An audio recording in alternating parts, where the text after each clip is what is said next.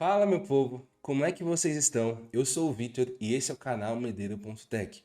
Nesse vídeo eu quero falar com vocês sobre portfólio. Seja você desenvolvedor front-end ou desenvolvedor back-end, o portfólio é muito importante para você conseguir chamar a atenção e apresentar os seus conhecimentos para os tech recruiters ou para as grandes empresas, para as pequenas empresas, para o mundo conhecer o seu trabalho. Eu quero falar especificamente para você back-end como construir um portfólio eficiente. A primeira coisa que nós precisamos destacar é de que um portfólio de um desenvolvedor front-end e o portfólio de desenvolvedor back-end são completamente diferentes. Por que eles são diferentes? Primeiramente porque todos os projetos de um desenvolvedor back-end não terão interfaces gráficas de maneira obrigatória, mas talvez por opção. Você pode ou não implementar uma interface gráfica, mas isso não vai destacar suas habilidades como desenvolvedor back-end. Talvez vai ser um extra para um projeto, mas não necessariamente vai te destacar. Então aqui a estratégia para você dev back-end é completamente diferente de uma estratégia de um portfólio para um dev front-end. Então a importância que nós precisamos dar aqui são coisas diferentes. E que coisas são essas? A primeira coisa é o que os seus projetos vão ter. Os seus projetos, principalmente aquilo que você experimenta, aquilo que você coda, estuda e aprende, precisam ser não só a implementação de projetos ou de produtos, e sim a demonstração de conhecimento aplicado. Então, o que o seu portfólio, o seu site pessoal ou o seu GitHub precisa representar, você dev back-end? Justamente aquela aba do seu, aquela seção do seu currículo que fala sobre todas as suas habilidades. Isto é, as tecnologias que você conhece, os padrões de projeto que você conhece, as ferramentas que você conhece.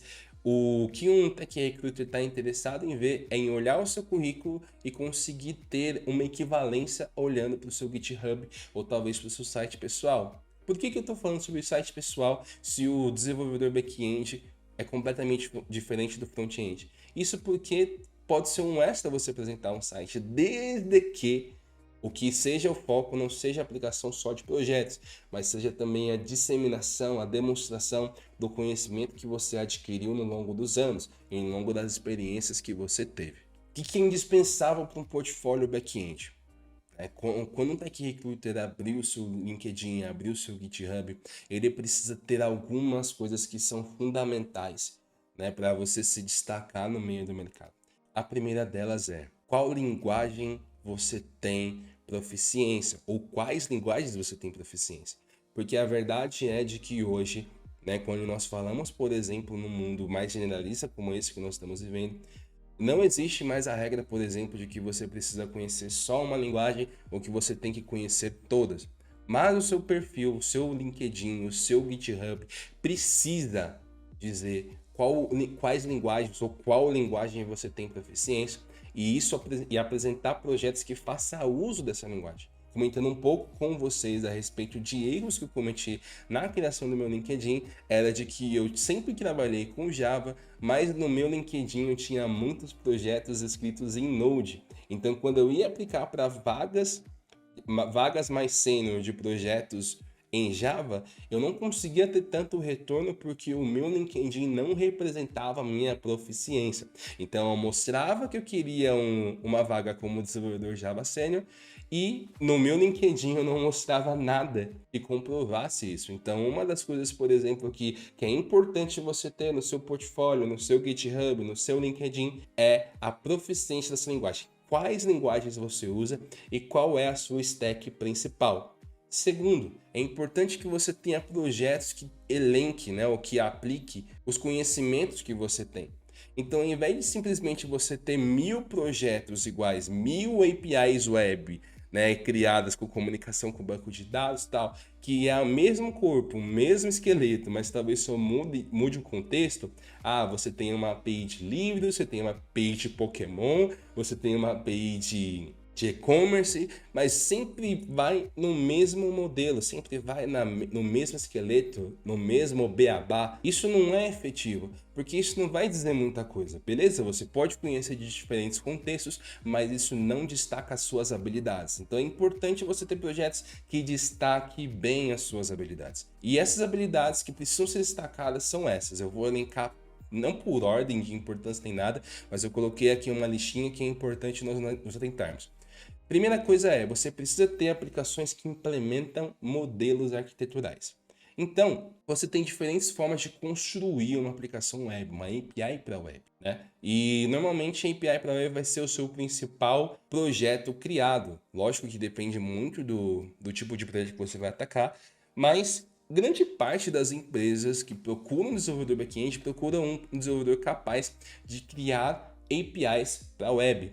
Só que vai mudar o modelo arquitetural de uma para outra. Tem empresas que esperam que você consiga desenvolver projetos com Clean Architecture, utilizando as metodologias como TDD, como BDD, utilizando padrões como DDD, Domain Driven Design, ou outras coisas envolvendo isso. Então, é importante você ter no seu portfólio aplicações que implementem esses modelos.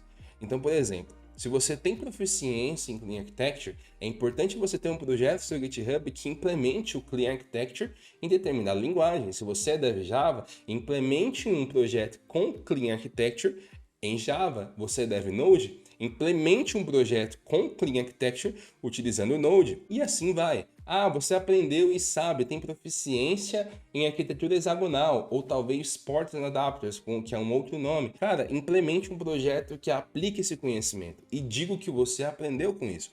Então, não é simplesmente sobre você falar a respeito das coisas que você sabe, mas sim ter um projeto que defenda isso. Porque quando nós falamos, por exemplo, em um desenvolvedor back-end, cada uma das coisas que você sabe precisam ser defendidas e comprovadas por alguma aplicação prática disso, porque só saber a teoria não é suficiente para você dev back-end, beleza? É importante você ter aplicações que implementem testes, beleza? Você colocou no seu currículo que você conhece TDD, que você conhece BDD, que você conhece a pirâmide de testes, mas se você não tiver um projeto que aplique essas metodologias e esses tipos de testes, não adianta nada, porque o Tech Recruiter principalmente, ou aquele manager da empresa que você quer entrar, precisa olhar para o seu projeto e saber, cara, olha, ele sabe fazer o TDD, ele sabe implementar testes unitários, testes integrados, ele implementa testes end-to-end com Cypress, cara, eu quero ele para o meu time. Essa é a sensação que fica quando nós olhamos para um projeto que está dessa forma. É importante você implementar design pattern nos seus projetos. Tem um projeto, por exemplo, que você implemente um design pattern do Gang of Four, ou talvez implemente os princípios de Solid, ou outros design patterns que são importantes para o projeto, que podem destacar. Implemente. Cara, estudou um design pattern, tem um projeto que implemente isso e comece a usar eles nesse projeto. Aplicação de CI/CD. É importante, por exemplo, você sabe sobre CI/CD, sabe sobre como fazer integração contínua e entrega contínua.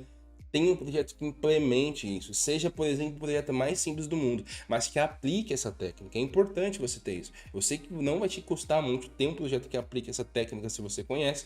E se você não conhece, quando você aprender, tem um projeto aplicando isso também.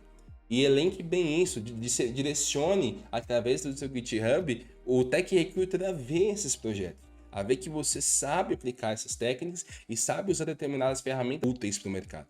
É importante saber sobre containerização, então tem um projeto que entregue a aplicação com Docker. Coisas que eu estou falando aqui vão de diferentes níveis, do júnior para o pleno, para o sênior. Isso daqui é uma coisa que é mais geral, mas é importante você ter como base a ideia de que se você tem um conhecimento, você precisa ter a aplicação dele em algum projeto que consiga comprovar o seu conhecimento naquilo. Tá, eu tenho um projeto que implemente isso, mas como que eu vou conseguir fazer o Tech Recruiter conseguir navegar no meu GitHub? Porque, como eu estou falando aqui, se você tem um projeto para cada técnica que você tenha, você vai ter 1000 projetos. E a ideia é, quais projetos você quer que ele veja? Principalmente os projetos que tenha a implementação ou o uso de todas essas técnicas de uma forma muito bem documentada. Então não adianta você simplesmente ter 1000 projetos lá se eles não terem uma documentação bem feita. Então, tão importante quanto ter projetos que apliquem o seu conhecimento na área é a forma como você vai apresentar esse conhecimento para quem está lendo o seu projeto. Porque quando alguém abrir o seu projeto, entrar no seu GitHub, clicar no primeiro link do repositório, ele precisa ter uma visão bem ampla do que aquele projeto representa. Então, o README, que muitas das vezes é bem é bem desprezado pelo mundo desenvolvedor, que o mundo desenvolvedor não quer documentar os projetos, é a parte fundamental para chamar a atenção. Eu falando por mim, tá? Quando eu entro no GitHub de algum candidato, quem quer entrar na empresa que eu trabalho, e vejo um projeto documentado, cara, sério, dá até um arrepio assim, porque é um negócio muito diferencial. Saber como documentar e ter uma documentação bem feita é imprescindível para você que quer se destacar. E por que você precisa documentar o seu projeto? Porque a realidade, como você não tem a parte visual, não tem uma versão visível do seu código, você precisa conseguir explicar ele. E essa documentação vai desde uma explicação básica sobre o que é o projeto e qual problema ele resolve, até mesmo como explicações e as motivações que você usou para tomar algumas decisões no seu projeto. Como, por exemplo, você colocar as motivações da framework que você decidiu usar para desenvolver o seu projeto, do banco de dados que você decidiu usar, se ele foi SQL, se ele é NoSQL, e colocar as motivações que você teve para fazer uso dessas ferramentas é fundamental. Você ter o desenho da arquitetura que você montou para aquele projeto. Você ter ali a lista de endpoints que você criou para esse projeto. Se você colocar tudo isso no ritmo muito bem feito e muito bem explicado, cara, aquele projeto vai ser a porta-voz do seu portfólio. Só o fato de olharem para esse seu projeto já vão saber que além de você escrever um código bem feito, você também se preocupa com as pessoas conseguirem entender o seu projeto. E isso é fundamental não somente para a comunidade open source, mas também para os tech recruiters. Tá, beleza. Eu falei muita coisa aqui para você agora. E agora, o que eu consigo? O que nós podemos fazer? Como nós podemos criar essa documentação para o nosso projeto? Com a ajuda da comunidade no Discord, inclusive se você não está lá, eu convido você a entrar na comunidade. Nós estamos aprendendo muitas coisas juntos, estamos construindo coisas juntos e é muito legal para você conseguir ter um grupo de estudos, conseguir ter pessoas para te ajudar a tirar algumas dúvidas e você não vai se arrepender de entrar. Não é mais só uma comunidade, é uma comunidade bem ativa que está crescendo e conta com você para que ela possa crescer ainda mais. Então não perca tempo, já entra lá e converse conosco e cresça conosco, beleza? Na nossa comunidade, nós criamos um modelo, né, um modelo de documentação para aplicações back-end que fala não somente sobre a motivação, o porquê você deve documentar, como também dá um modelo de como você pode documentar a sua aplicação e como você pode ganhar pontos extras em colocando informações relevantes no seu projeto e como que isso vai chamar a atenção de outras pessoas. Se você gostou desse vídeo, se essas dicas foram úteis para vocês, escreva aqui no comentário o que você achou, o que você gostou, o que você não gostou, porque é importante para que eu tenha esse feedback, consiga melhorar, e afinal estou buscando formas de passar o meu conhecimento para vocês da melhor forma possível e ter o feedback de vocês é fundamental para o crescimento desse canal. Se você gostou, deixa seu like. Se você não gostou, deixa o seu dislike e comente aí o que você achou. Beleza? Esse foi um vídeo muito rápido, mas espero que vocês tenham gostado. Tamo junto e falou!